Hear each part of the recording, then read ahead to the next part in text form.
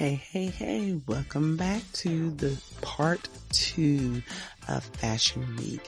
Last week we talked about the who, the what, the where, the how of Fashion Week. And this week we're going to be talking about why Fashion Week matters. So we're going to be unveiling like some fashion events, industry insights, and then we're going to talk about some engaging student activities. So I'm so excited to share this information with you. I hope you're ready to listen in and learn. And so be sure and grab you a pen and some paper, and be ready to take some good notes. And at the end, you'll have information where you can gain activities and projects for your students to engage them in Fashion Week. So come on in. You're listening to Marketing Adventure, the hub for business, fashion, marketing, and other CTE educators who integrate marketing into the learning experience. I'm your host, Jackie Walker. Each week, I'll cover marketing education concepts, strategies, tips, trends, frameworks, and other information to equip you to connect your classroom to digital natives while cultivating an engaged learning environment. So come on into the room where your favorite beverage, snacks, and even your cell phone are all welcome. Welcome back. So last week we talked about what Fashion Week is, where it is held, and who organizes the Fashion Week, and how often Fashion Week occurs.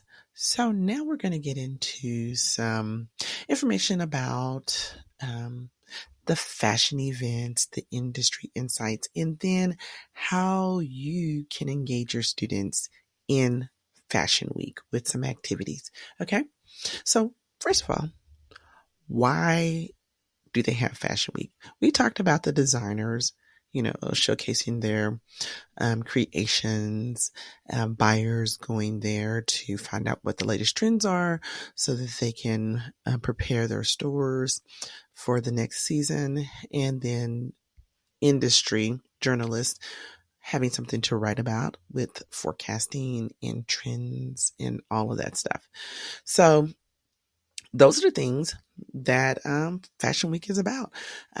It's about introducing trends. People are excited to see what's coming up in the next season so that they can go ahead and get their pocketbooks ready to spend some money. Especially those who love to be the trend setters. We've talked about fashion cycles and fashion theories before, the trickle up, the trickle down, and trickle across of fashion. So this is where you will see that kind of thing, how fashion trickles through the different social groups. And so Fashion Week is really big for trendsetters and those who are eager to, be the first to do something. So it has to do with fashion trends. It also gives new designers an opportunity to put their collections out there and be seen. Some really look forward to being able to showcase their new collection at Fashion Week because there are so many eyes on the industry at that time. So this is really their time to shine. And of course, the existing designers and things of that nature just want the opportunity to show what's next for them and to keep the wheels churning on their brands. All right. And of course, this is all about economics. It's all about money. There are so many levels of the industry that make money when Fashion Week occurs. Of course, you have your primary level where the raw materials are. Those designers are buying from those raw material producers. Then you have your secondary level where the designers are and where the manufacturers are. They're churning out apparel, accessories, shoes, and all those different things. So there's money to be made there when they turn around and sell to the wholesalers. So the buyers are there buying wholesale, large quantities to disperse to all their stores across the nation or internationally. You have salespeople who are making money. You have models making money. You have photographers, advertisers. There's all these levels of the industry that are involved in this whole process. So it's a very money making opportunity for the industry as a whole. So that's key to the economy, because in America, there are uh, millions of people who are involved, or I should say there's trillions of dollars being made in the fashion industry, but there's hundreds of thousands of people that are involved in the industry from primary to retail level, okay, an auxiliary level, which is, the photographers, the newspapers, the models, the agencies, and all that, okay. So that's why Fashion Week is key, because it helps keep the wheels churning in the fashion industry. That's the big thing they look forward to. Just like with football, Super Bowl is the target. That's the key. So Fashion Week is the Super Bowl of fashion 2 times a year, at least, depending on what type of fashion it is. So every industry has that mega thing that they're um, going for, just like the music award ceremonies that happen for the recording artists, the Emmys and the Oscars that happen for filmmakers and the shows. Fashion Week is that for the designers. Okay, so that's why Fashion Week. So what happens during Fashion Week? What kind of events are going on? I tell you, if you go to New York Fashion Week, Milan Fashion Week, London Fashion Week, Paris Fashion Week, on any social media outlet, you will see what type of things are going on during that week. Yes, there are fashion shows going on. However, there's so many other things going on as well, because this is an industry with various levels, and people are networking. There are meet and greets that are going on. So you can either meet the designer or meet someone key in the industry, go to hear them speak about whatever. There could be someone on a panel discussing, the technology of fashion, all those different things, how AI is affecting fashion. You see those commercials on TV right now.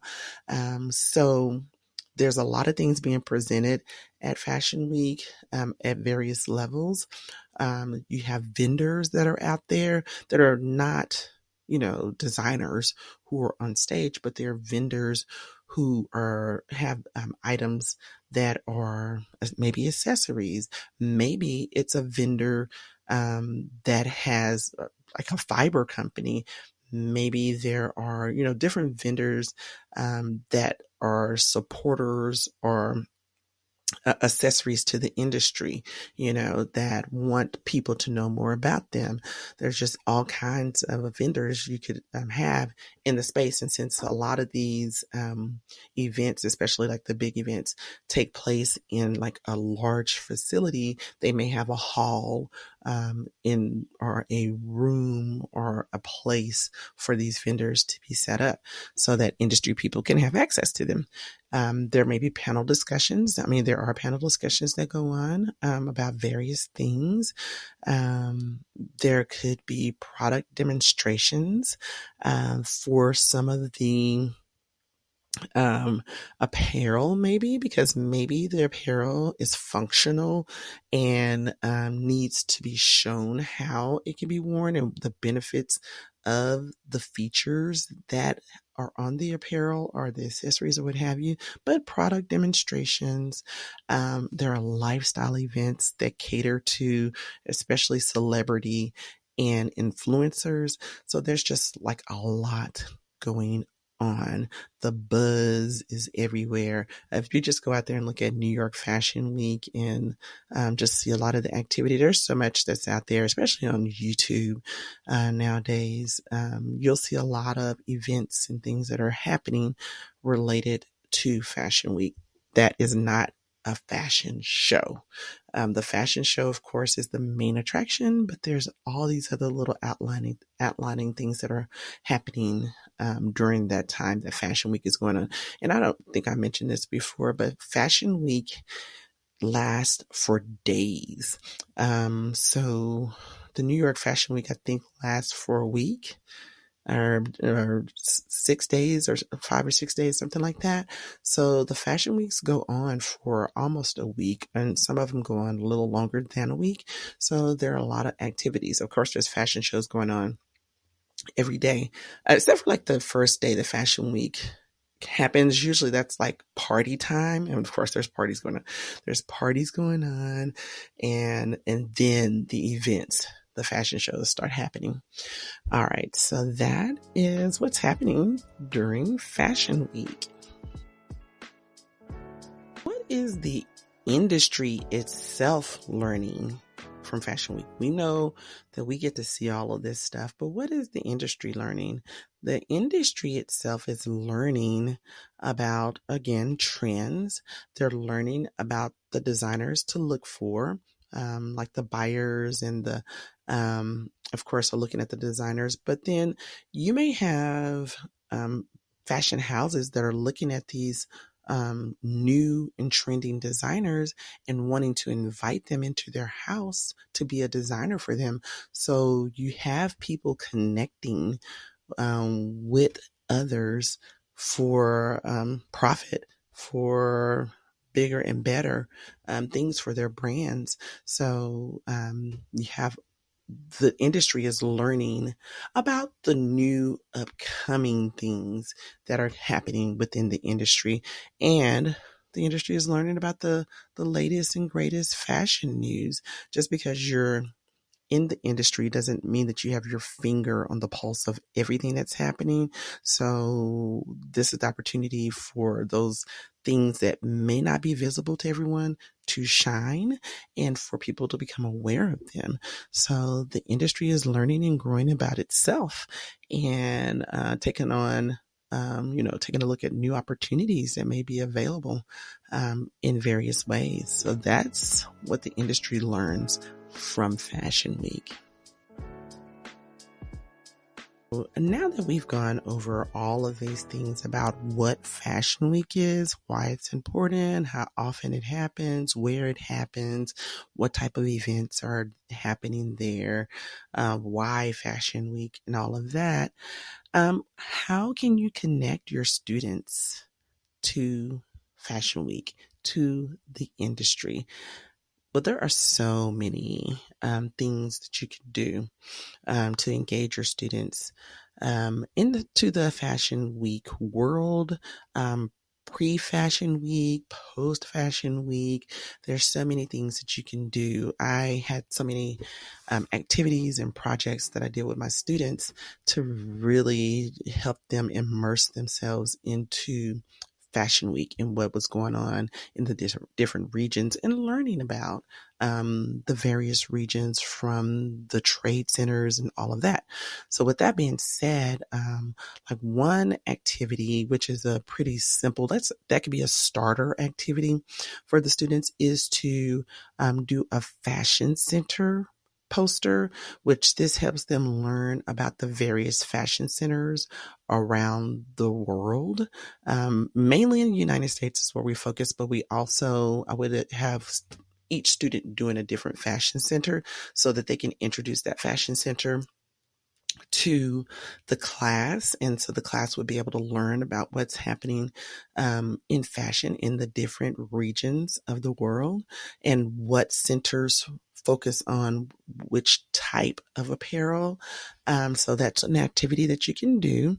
You can also have the students to do a fashion trend board, so that they can, look at maybe a designer or take a note of the various things that are trending on the runways at Fashion Week and create a board. Like if it's jackets, then they can do a fashion trend board about jackets, or if it's slacks, or if it's, you know, whatever it is, or if it's a certain color, they can do a trend board that represents those trends for that particular identifier or that particular apparel item, so they could do that.